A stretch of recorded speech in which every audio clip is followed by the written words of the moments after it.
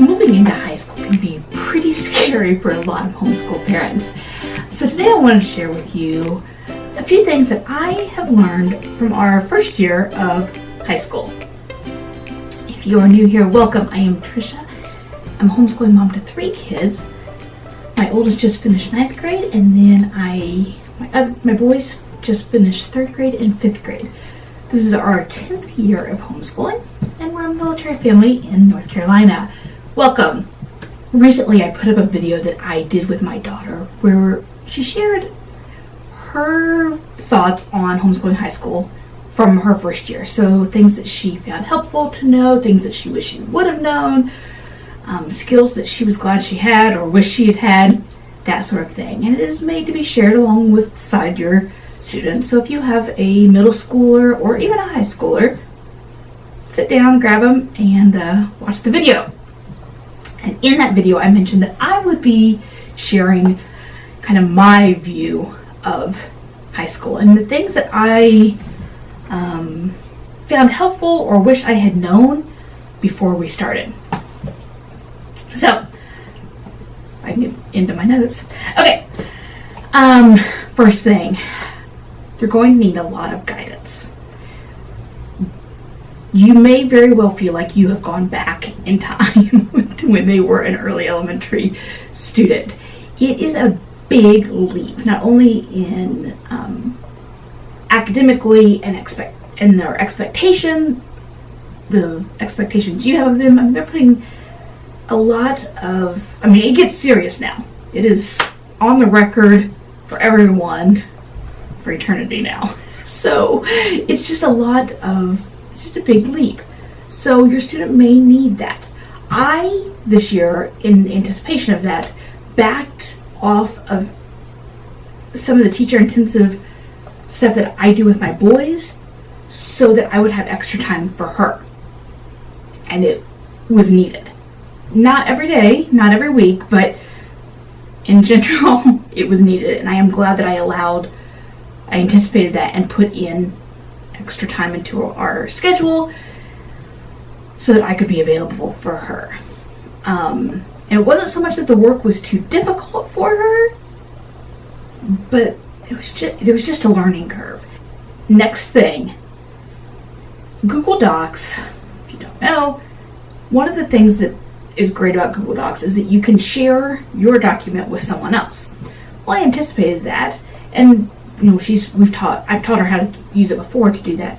What I didn't really realize though was that in the past when she would do that, I would edit on my side and then she would, and then it'd be edited.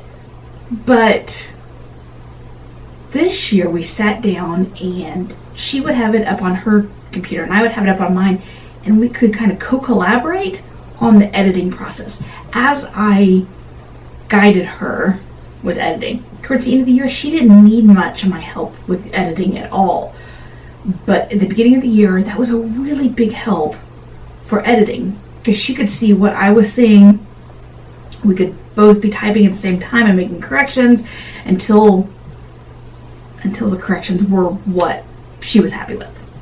So, using Google Docs and being the editing process is a big help with their writing. In the fall, it is well worth your time to invest in helping them with their planners and their time management. It can be really easy to think, by this age they should just know how to do it. And maybe your student does. But even if you think they do, spend some time helping them with that, refining their process. And if they don't, you are going to want to invest in the time to do this. There are different ways to do it. What we have found in the past was it helped my daughter for a couple weeks, we would just kind of write down how long she would spend on average on a subject. And then we can build a schedule from there. Because if we set a schedule and then maybe she needs more or less, and so then we're still going to have to revise it. So rather than doing that, we just kind kind of write it down and then build the schedule from there. But keeping up with a schedule, making sure they know how to plan out their planners, and not just when to write down the assignments, but for something like a test, making a study plan, working backwards. If they have a project, again, put the due date for the project and then work backwards from there. All of those little steps are really helpful. My daughter used the Plum Paper Planner Student Edition, and I will do a video on that, do a walkthrough and kind of how we used it and such. But there are sections on there for like a separate to-do list than the main assignment things. So there's that, and note sections, and all of those little things. And it's going to vary, of course, depending on what planner you use, but really teach them how to use all of those things to keep their information available in front of their faces and not just relying on what their memory says. I did not do it enough through the middle school years, so as my middle child is going to 6th grade, and we'll be working a lot more on that for his middle school years. And he's going to need more guidance than she did naturally. But yes, spend the time to invest the time to spend on really working on time management type of things. And not only like sticking to a schedule, but knowing when to push through their frustrations and when to back off of when they're frustrated, and all of those things. And that's something my daughter talked about in her video as well. Number 4, before the year starts, I'm speaking from a don't do as I did. I had the best of intentions of getting all the transcripts completely set up, class descriptions, etc. written before the school year started. And I did not. In fact, school year has ended and I still don't have all those things done yet. Do not do as I did, because now I have to go back and get all of that done. You really want to try and get at least some of that set up before the school year begins. And if you are going to be the one grading all of the classes, it is even more imperative, because you have to have a system ready to record all those grades. In our case, my daughter outsourced 4 of her 6 classes, 4 of her 6 main classes, so I didn't have to do that, which is part of what I think happened, because I didn't feel the pressure to get it done. Anyway, that's on my schedule for next week. So, descriptions. If you don't know where to get class descriptions, if you Google for just like Algebra 1 class description, that may work. If you use an online, if you've outsourced the class, ask them for a class description. They may have something available. Department of Education for your state may have something. My sister just told me that Indiana does. So if your state doesn't, Google for Indiana Department of Education's high school class descriptions. I assume most states do, but I don't know. So get those things down, at least a good basis of it. I've thought about doing a video about setting that stuff up. If that's something you'd be interested in, leave me a comment. Number 5 goes right along with that. Keep up on the grading. The courses that I graded were my daughter's history and her electives. So the amount of grading was a lot easier because most of it was just based on effort and did she do it? Well, yes, she did. So not quite so straightforward with history, of course, but keep up on it. Figure out a system that's going to work for you. Do you want to spend 10 or 15 minutes at the end of each day doing the grading? Do you want to do it over the weekend? Maybe starting early on Monday morning for you is the way to do it. Whatever's going to work for you, but figure it out quickly in the year and do your very best to stay on top of it. Tip number 6, there is no shame in audiobooks. I have talked about this before. there's a perception among a lot of people that audiobooks are cheating. They're not actually reading the words, so it's cheating, and it's not as good. Well, if you look at the studies and the way our brains interact, there are some differences. There are a lot of similarities as well. And if you have a student who is just a naturally slow reader or has learning difficulties, you have a couple of choices. You can let them do the reading, and maybe they end up frustrated, and maybe they end up behind, and maybe they end up not completing it because they are behind. Maybe they struggle because they can't understand it learning that way. Or you can try an alternate approach and see what audiobooks can do for you. Some kids will not do any better with audiobooks. Some kids hate audiobooks, and they would rather struggle and stay up late reading than to listen to an audiobook. And that's fine. Whatever works. But you've got to figure out what's going to work. And if audiobooks helps the situation and improves the situation, embrace it. It's a wonderful aid, and I don't see the harm in it at all. And I wish that I had developed a more nuanced understanding of audiobooks as a aid or a supplement, an alternate resource, rather than viewing it as cheating. So there's no shame in that. There are some textbooks that do audio, that have audiobook versions.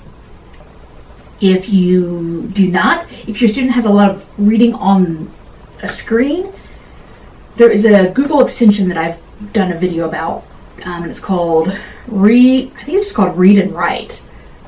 I think that's the name of it. I will try to leave it down there. And it will read what's on the screen. It highlights it as it goes. That's a great supplement. And then for literature, see what you can find, if you can find an audiobook for it. Audiobooks can be a resource, not something to consider cheating. Keep your cool.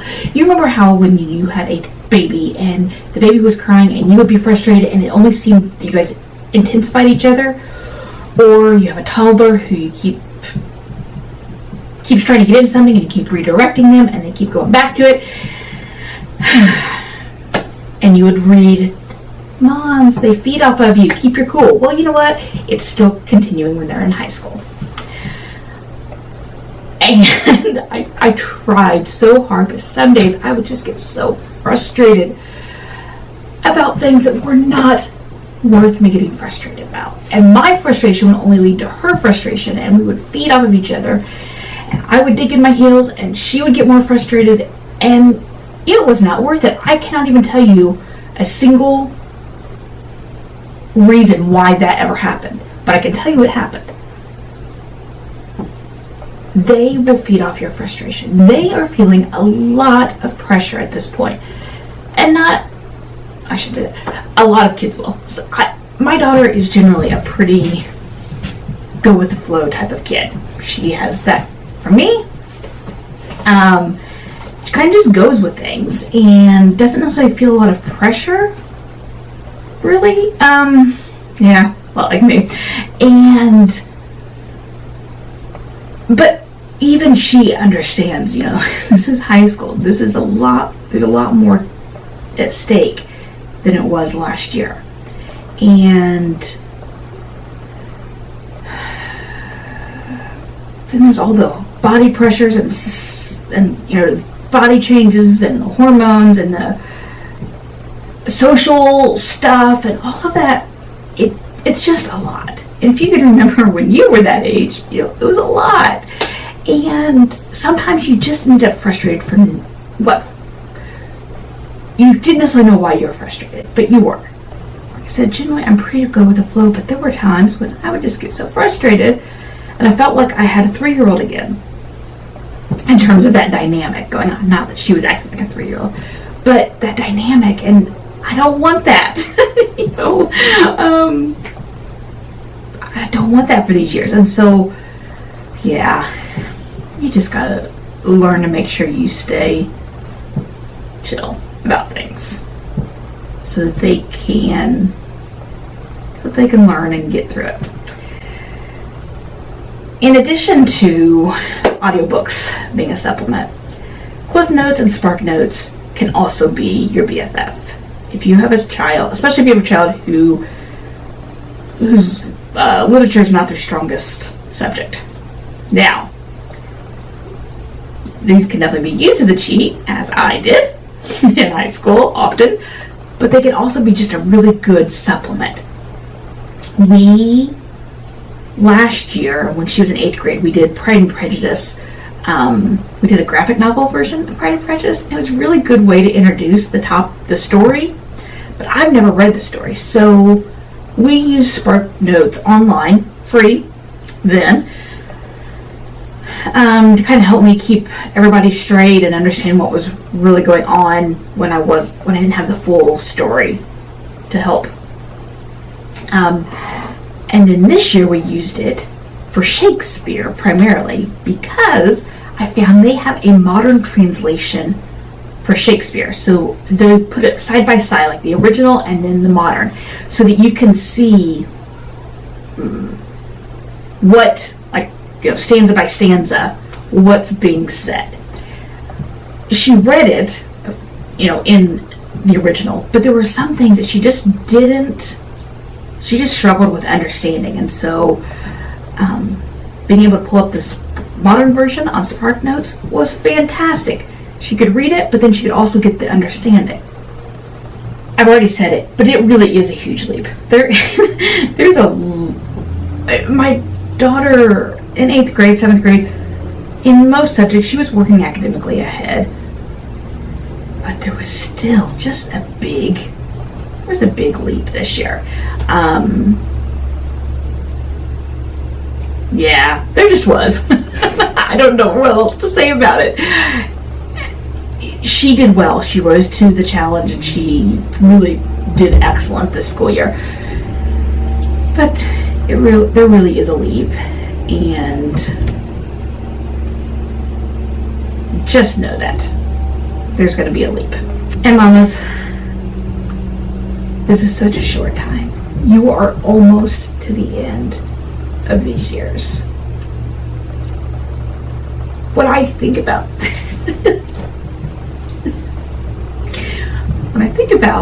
how close it is, my chest tightens and this happens. It is so close to the end. You have but a few more years to make memories and to set them up for the next phase in their lives. And it's up to you how you do that and what memories you want them to take from these years and what standards and skills you choose for them to impart on them.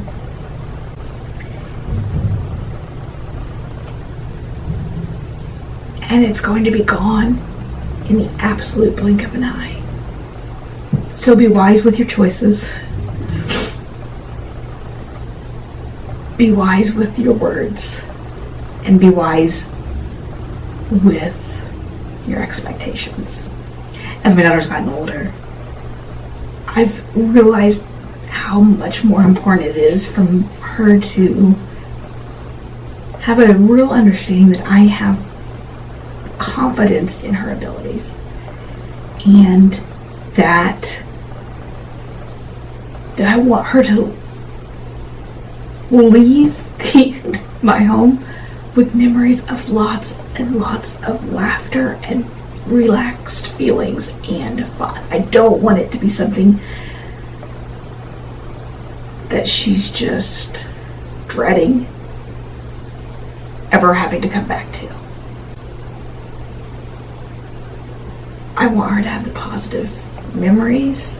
I want her to know that I expect high expectations for her and for her abilities, that I fully believe in her abilities and I have confidence in her, not only in her abilities for schoolwork, but for life. And mamas, it's gonna be gone in no time.